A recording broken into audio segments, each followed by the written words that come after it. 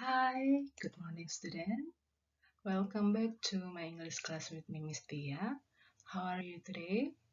I hope you are feeling well as always. Pada pagi hari ini kita masih melakukan pembelajaran jarak jauh. Tetap semangat, stay healthy, stay at home, be focused also, and then give it your best in this class. Okay? Today, we are going to learn about simple present tense.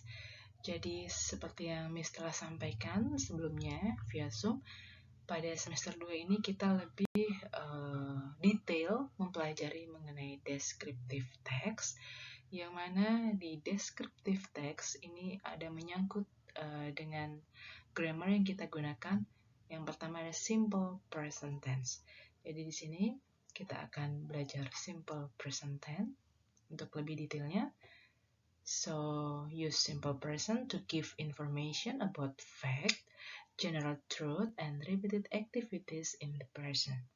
Jadi, dari katanya simple present, kita sudah mengetahui simple, itu yang sederhana. Grammar yang pertama, yang paling sederhana yang akan kita pelajari, itu dimana menyatakan informasi mengenai general truth, atau fakta, fact, dan kebiasaan yang kita lakukan terus-menerus. Jadi kita menggunakan simple present tense.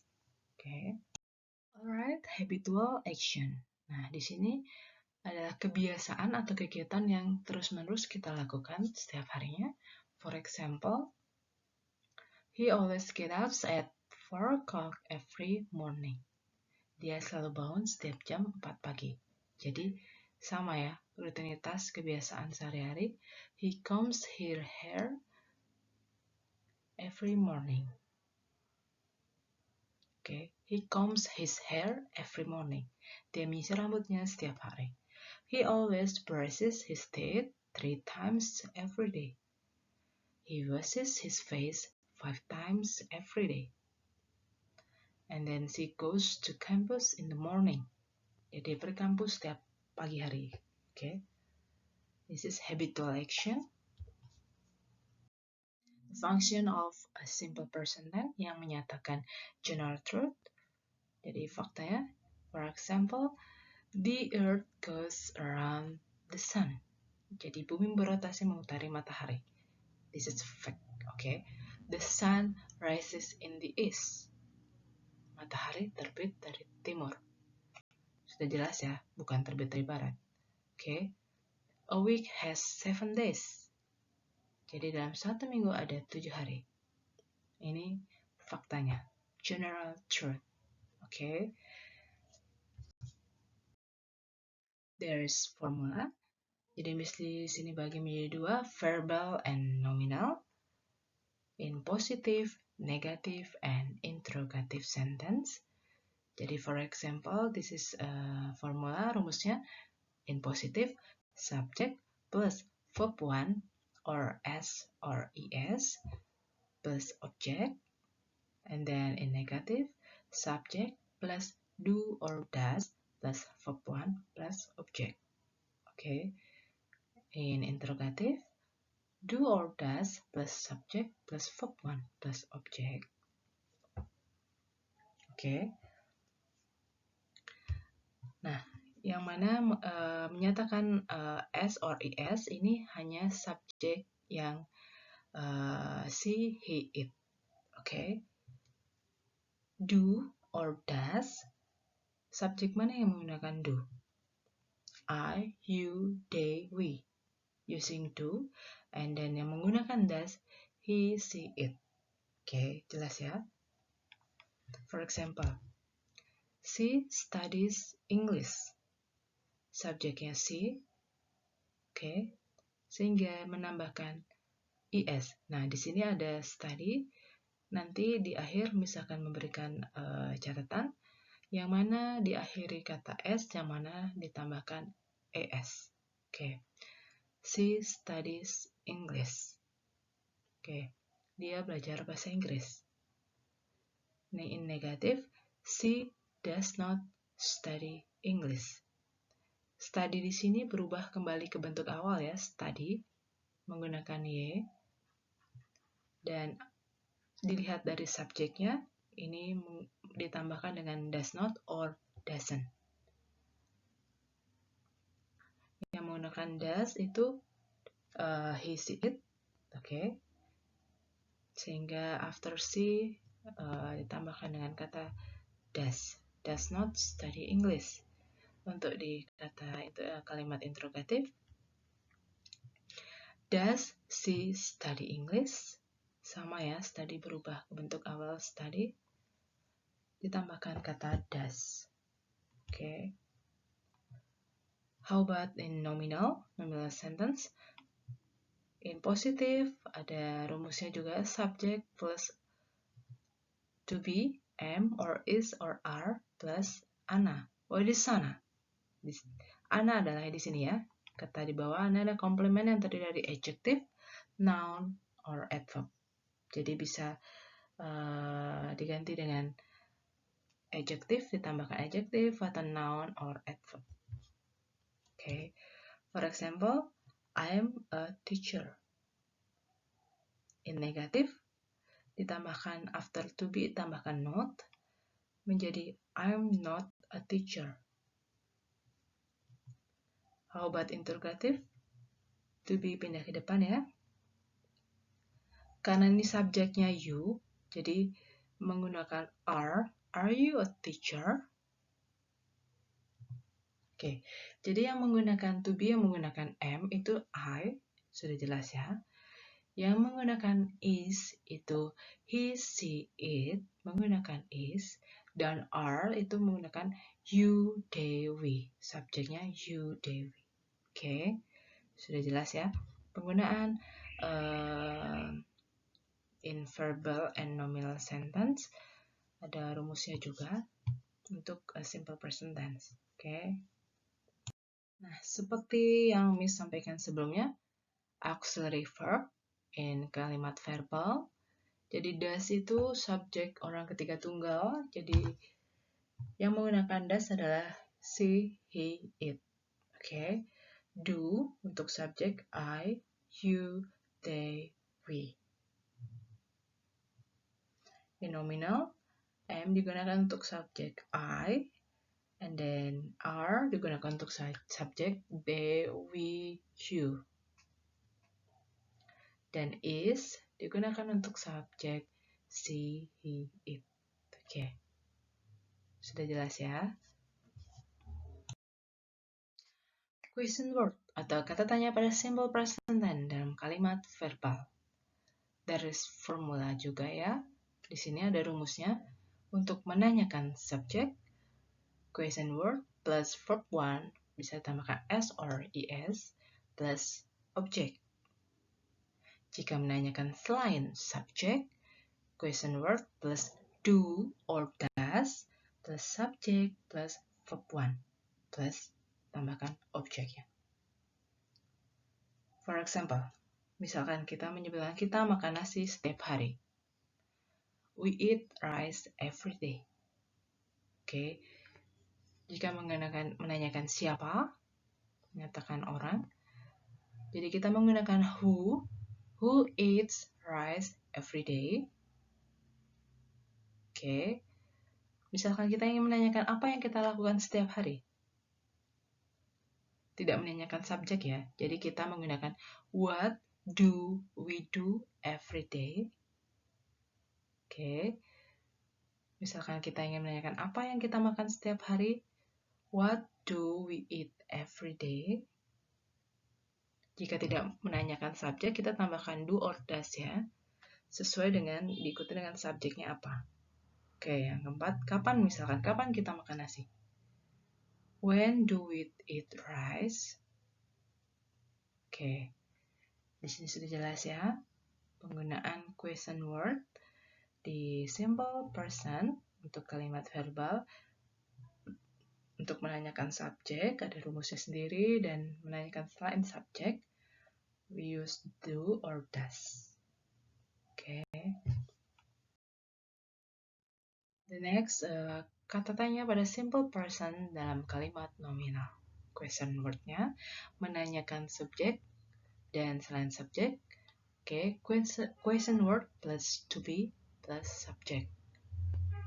Ya, for example, misalkan kita ingin menanyakan pekerjaan gitu ya. What are you? Jadi kita jawab, I am a teacher. What are you? Gitu ya. Yang kedua, misalkan kita nanya, di mana dia? Where are you? Misalkan I'm in the office. Seperti itu ya.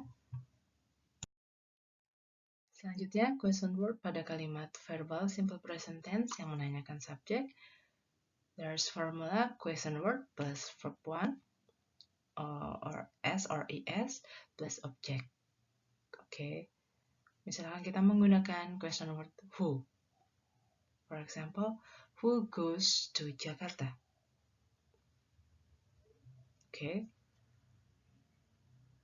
Misalkan kita ingin menanyakan what, tapi untuk misalkan hewan, siapa yang makan seekor burung? What eats a bird? Kita tambahkan S after verb 1. And whose, itu question word yang menyatakan milik siapa? Whose mother goes to Jakarta? Ibunya siapa yang pergi ke Jakarta? Jika kita menggunakan how many? How many cats eat a mouse? Misalkan berapa banyak kucing yang makan satu tikus? And then kita menanyakan what kind of, seperti apa misalkan. What kind of people live here? Dan kita bisa menggunakan which. Which itu berarti yang mana? Which cat eats a mouse, black or white? Sudah jelas ya. Kita patokan pada rumus di atas. After a subject, kita lihat subjeknya yang menggunakan S or ES itu bisa yang berupa subjek he, she, it. The next, question word pada kalimat verbal simple present tense, tapi menanyakan selain subjek. Di sini ada rumusnya ya. Question word plus auxiliary do or does plus subject plus verb 1. Nah, kita bisa, ini banyak ya, kita bisa menggunakan question word di simple present tense. Jika kita menggunakan what do you study? Kamu belajar apa? What book do you read? Buku apa yang kamu baca? What does he do today? Disesuaikan dengan subjeknya ya. Misalkan what time do we meet you? Misalkan what kind of music do you like? When, kita menyatakan kapan misalkan. When do you study English? Kapan kau belajar bahasa Inggris?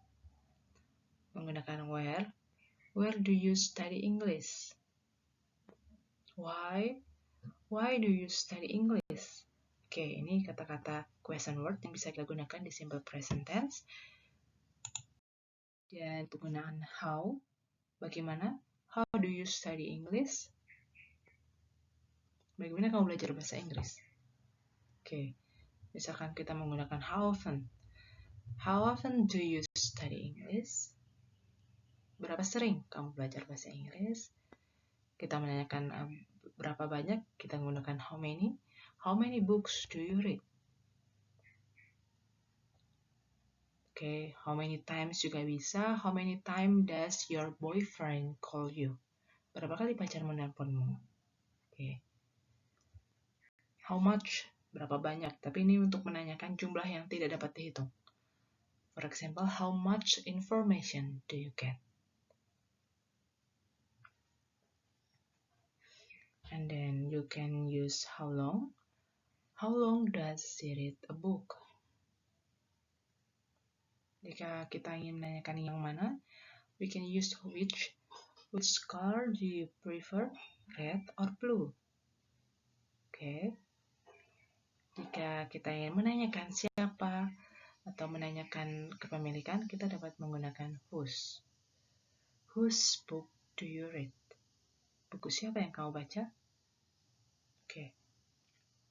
Untuk question word pada kalimat verbal simple present tense, menanyakan selain subjek sudah jelas ya. Di sini ada verb of frequency yang mana kita sering gunakan di simple present tense.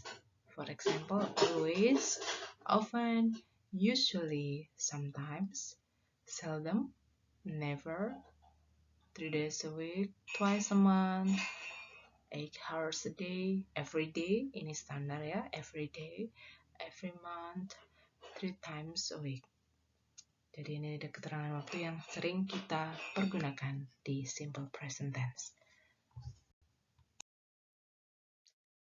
Di sini ada beberapa catatan ya, yang telah Miss sampaikan tadi di awal, di mana kalimat positif pada simple present tense yang bisa ditambahkan s or es adalah subjeknya yang si, he, it.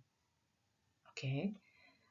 Dan ketentuan penambahan s dan es itu, jika ditambahkan es, itu pada kata kerja yang berakhiran huruf desis, seperti ch, css, sh, x, z, and o. For example, catch. Nah, ini catch di belakangnya diakhiri kata ch ya. Ada huruf ch menjadi catches. Discuss, ini akhirnya kata ss menjadi discusses. Kiss menjadi kisses. Watch menjadi watches. Fix menjadi fixes. And ini diakhiri kata o, huruf o, menjadi goes. Dan kata kerja yang berakhiran y, tapi didahului huruf konsonan, maka y akan berubah menjadi i. Tadi seperti study tadi ya, menjadi studies, berubahnya di i. Jadi kemudian ditambahkan es. For example, carry menjadi carries, jadi y berubah menjadi i di sini ya. Fly berubah menjadi flies, cry berubah menjadi cries, study. Nah, di sini study berubah menjadi studies. Jadi y di sini berubah menjadi e. Dilihat dari sebelum y ini adalah berupa konsonan seperti d ya. Jadi jika y di depannya konsonan, dia akan berubah menjadi studies, tetapi hanya digunakan oleh subjek she, he, it. Please remember. Dan yang terakhir, jika kata kerja berakhiran y, tapi didahului huruf vokal, yang tadi konsonan ya. Nah, jika sekarang huruf vokal, langsung hanya ditambahkan dengan s, not es. For example, buy menjadi buys, not buys. Say menjadi says, and play menjadi plays. Only add s after verb, okay? Sampai di sini sudah jelas ya materi yang Miss berikan hari ini. Jadi kita hari ini belajar mengenai simple present tense, yang mana di teks deskriptif itu akan kita menggunakan grammar simple present tense. Jadi di sini kita belajar lebih detail mengenai simple present tense, and then question word juga di simple present tense. Jika ada yang belum memahami, you can contact me via WhatsApp. Please feel free contact me via WhatsApp or Google Classroom if any question. Jadi bagi kalian yang belum memahami atau masih kurang mengerti atau yang ingin ditanyakan, silakan mengenai materi yang Miss berikan hari ini. Thank you for joining with me in this class today. Stay healthy and then stay at home. See you on next meeting. Goodbye.